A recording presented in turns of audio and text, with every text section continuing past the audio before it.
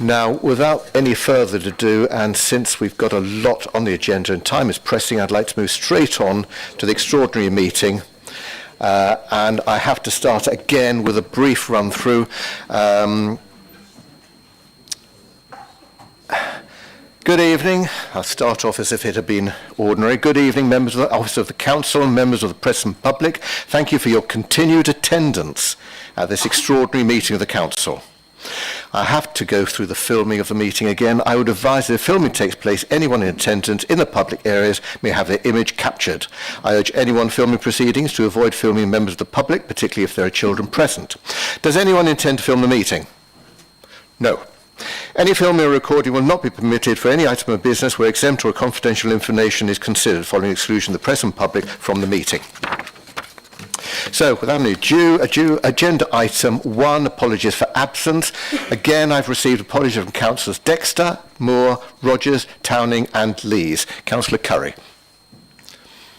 Thank you, Chair. Apologies from Councillor Hopkinson, Councillor Huxley and Councillor Pat Moore. Thank you, Councillor Curry. And Councillor Garner, I seem to remember you had as well. Well, I didn't, but I have. Ah. Yes. Yes, Councillor Farrant. Councillor Farrant, thank you very much indeed. Yes, Councillor And Councillor Coleman-Cook was a late apology. As well. Great. Lovely. Thanks very much. No others. Agenda item 2, declarations of interest. Are there any declarations of interest this evening?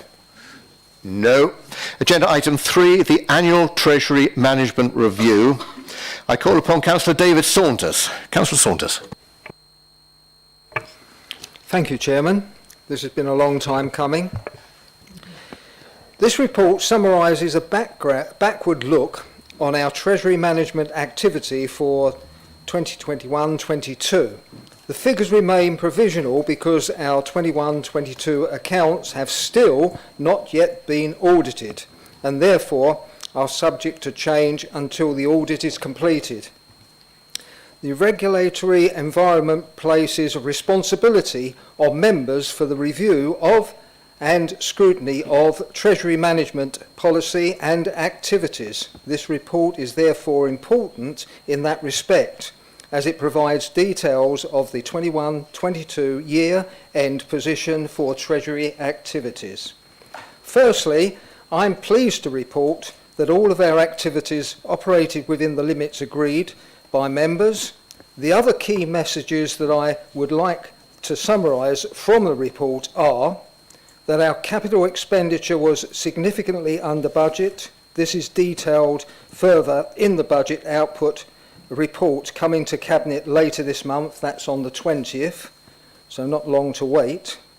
That we repaid £4 million of debt during the year and undertook no new borrowing. That our average debt position was £22 million and fundamentally we complied with the requirement not to borrow more money than we needed to finance our capital programme. As such, we stayed well within our authorised limit of £96 million. The value of our cash and investments at the end of the financial year was £51 million. I move the recommendations within the report. Thank you. Thank you, Councillor Saunders. Do you have a seconder? The leader, Councillor Ashby. Do members agree? Thank you very much indeed. Now, agenda item 4, I have a notice of motion. This one motion of notice has been received in accordance with the Council Procedure Rule 3. Please note that the time allowed for consideration of the motion shall not exceed 30 minutes. I ask members to be as succinct as possible. Therefore, under agenda item 4A, member of notice regarding temporary accommodation. Would members please refer to the supplementary agenda for the amendment of the notice on motion regarding the temporary accommodation. I call upon Councillor Whitehead. Councillor Whitehead. Thank you, Chair. I'd like to... Oh, sorry, was it possible to pause that for a second, briefly? Sorry, what was that? No, I just wanted to say, firstly, thank you for not questioning my need to remain seated earlier. That was very much appreciated. And I also wanted to say obviously it would be easier for me to remain sitting at this point, so thank you. And now I can go, sorry. Thank you, Chair, and good evening, Council.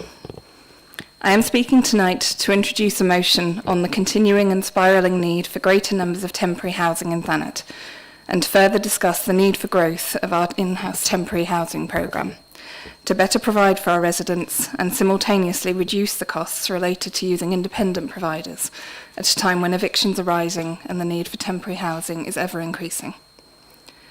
I have raised this issue many times before. As Cabinet Member, I fought very hard to ensure that our first in-house temporary housing provision, Foy House, came to be, in the face of what was quite frequently very intense opposition. I believe in what we can do in terms of in-house provision. I know our officers and know how much they care and want to support residents and want to provide. It was with this in mind that I attended our budget meetings and council and cabinet and overview and scrutiny and asked repeatedly, until you were all thoroughly bored of me, for the majority of the new homes bonus to be used towards the purchase of further temporary accommodation units. I argued that we needed to expand and that if we didn't, inflation would make it even harder and more expensive to purchase in the future. At that time, I referred mainly to property inflation, as it was then, standing at 19% over the course of a year. Now, following further demographic changes and national media articles referring to the affordable housing that can be found in Thanet, we are likely to see even further increases. The argument made then was that we needed to invest in a larger unit rather than smaller ones. I understand that argument in terms of economies of scale, but for the service to grow, both are required. And with 91 residents currently placed out of area, according to the last available figures, even 2 units, using average stay lengths, would keep 8 of those families in area each year. I know that the inflation I was concerned about is having an impact on the plans for a larger unit, as I thought it might. And the more time passes and inflation increases, our chance of delivering what is needed reduces. Added to that, the cost of living crisis we find ourselves in, domestic inflation, and the cost of utilities, which add stress to council coffers as well as huge stress to residents, we are in a worse situation than I even predicted back then. We have no clear or firm guarantees on the Renters Reform Bill, and although I hope otherwise, I fully expect further legislative changes to previous commitments to come in the future. This is a time of extraordinary stress on residents, on services, and on officers. I never diminish the realities of any of those stresses. I do try to reduce them, and I strongly believe that the situation we find ourselves in now is untenable and unsustainable in relation to the strain that residents are under in terms of evictions and out-of-area placements, that officers are under trying to support a huge number of residents, and that councillors in many wards are under in relation to trying to support both residents and officers in finding solutions. The perfect storm I have spoken of for a very long time now is here, and we have to navigate a way through it together. Too many discussions and debates on housing have been unheard in this chamber recently, and regardless of intent, the message that residents receive is that we aren't listening and that we don't want to discuss that need. This motion includes all of us. It is inclusive and allows us to show residents that we are listening and that we are acting in a visible and public way. Supporting this motion does that. It shows clearly that all of us care and all of us will do our very best to address the need that is so very visible. The motion reads as follows. As we are all aware, there is a spiralling housing crisis in Thanet, and levels of private sector evictions are increasing, especially within low-income households. In light of this rise in evictions and the impossibility of finding and maintaining a private rental property on the current LHA allowance, our need for temporary housing to keep families in the area is continually growing. As a council, we acknowledge and recognise the need for further temporary housing units now, before further inflation makes the necessary growth of our in-house provision impossible, and urge Cabinet to bring forward such plans. I ask and urge you to support our residents and support this motion, both in debate and direct referral to Cabinet. Since this council was convened, there has never been a point of greater need. Thank you. Thank you very much indeed, Councillor Whitehead, and that was just within the time limit. Excellent. Do you have a seconder? Oh, I've got several. Councillor Everett. You'll do. Would members please note that in accordance with the Council Procedure Rule 3.7, if the motion is seconded, they will be referred to Cabinet as it relates to a Cabinet function, unless Council decides to debate the motion. If the Council wishes to debate the motion, then following debate, the motion will be referred to Cabinet in accordance with Council Procedure Rules 3.8A4. Therefore, in accordance with Council Procedure 3.7a, would a member of the controlling political group is entitled to make a reply? And in this case, Councillor Ashby, the leader, will, I'm sure. Sorry, Chair, it's Councillor Jill Bayford. It's her portfolio. The portfolio holder will in this instance. Thank you. Councillor Bayford. Thank you, Chair.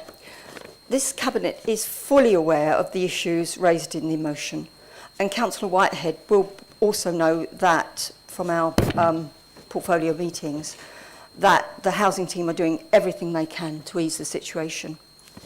I can also say that we are currently looking at a number of possibilities to increase our provision of temporary accommodation. I feel for that reason that it would not be beneficial to debate this motion. Thank you.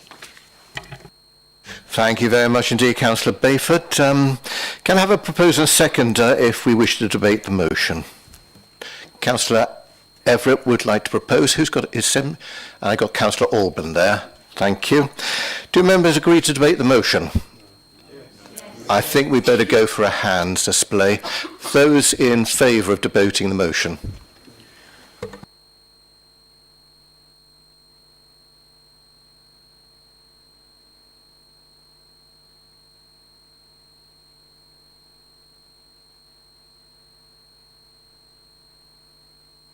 Those against debating the motion?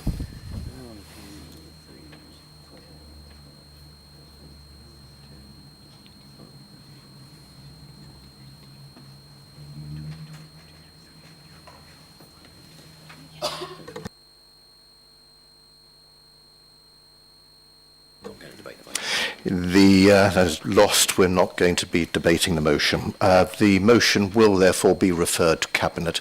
Councillor Whitehead. Thank you, Chair. I believe I'm allowed to sum up in that case. Well, I think you can be allowed to sum up, yes. Thank you, Chair. I would just like to firstly express very obvious disappointment. This isn't the first time that this has happened when I've tried to discuss housing. I'm certain that it won't be the last, but I had hoped that today would be the end of it. There is nothing to be gained within a council by not debating. It affects all of us in terms of reputation, and it affects us individually as political parties, frankly, because we look like we're not willing to talk. And doing this was a chance for everybody here to be able to show that this was important and worth talking about. And every councillor in this room is a resource. All of us have ideas that could help and would be really useful. I am lucky in that I do have access in terms of portfolio. I have a chance to put ideas forward. I have a chance to have discussions that others don't. But there are many councillors here who are experienced in housing, who have opinions, who are affected by it, who would welcome the chance to be able to talk about it, because every time we try, we're shut down. I don't think that's fair to us. I don't think it's fair to residents. And I'm hugely disappointed that it's happened again, because it didn't need to.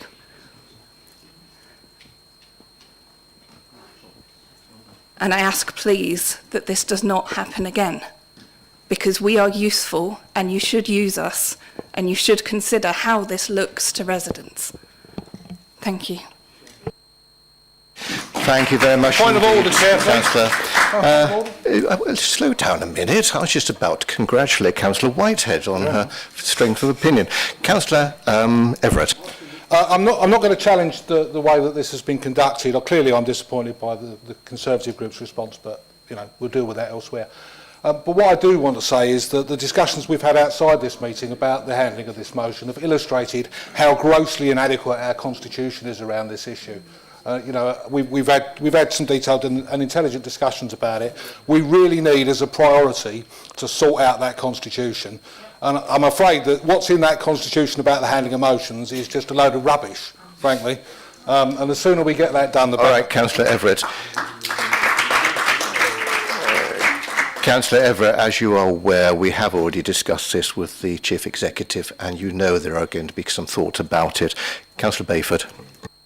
Yeah, I've got to say, Chairman, I'm very surprised that you allowed Councillor Whitehead to actually wind up on that, because it wasn't a debate, it wasn't her debate, it wasn't a proposal. You know, so at the end of the day, you know, if it had been anybody, it would have been, I think, Councillor Everett who proposed the debate rather than Councillor Whitehead. So that's totally wrong. But what I don't like about it is clearly the implication here, when Councillor Everett says he'll deal with it elsewhere, is he'll now go out in the public and say that the Conservative group don't care about people and whatever. And that is not. That's what we're confused. No, but the point. Okay, yes, can we slow down, Councillor Bayford, can we slow down here? The thing about it is we are now having a debate. No, we're not. I'm not having a debate, Chairman. I've allowed Councillor Whitehead a few comments, and you have your opportunity for a few comments, but let's keep it at that, please. Well, it's not a debate, it's a private personal rant, Chairman. Thank you. I mean, at the end of the day, you know, I think, I don't agree with Councillor Whitehead. I don't think that debating it in this chamber is actually going to move it forward any further. You know, you're totally aware of the problems. You know, you asked for us to move very quickly on providing, you know, alternative accommodation, emergency accommodation, and you know it can't be done quickly, you know, in such a way. I mean, you know, I'm sure I know you're very sincere about the whole matter, but so are we on this side. And the fact is that, you know, I get a bit fed up with the fact that, you know, because we're not debating something, we're not doing anything, because that just isn't the case. And personally, I don't see how the debate would actually move it forward. So thank you, Chairman. Rant done. Thank you very much. Thank you very much, Councillor Bayford. Now, the thing about this is we are not launching into a debate. We've decided not. I do feel that as chairman, I showed a little bit of latitude in allowing Councillor Whitehead to come back, and I see no harm in that. I am now going to close the meeting. This is not a debate. And we conclude the business of the meeting this evening. Thank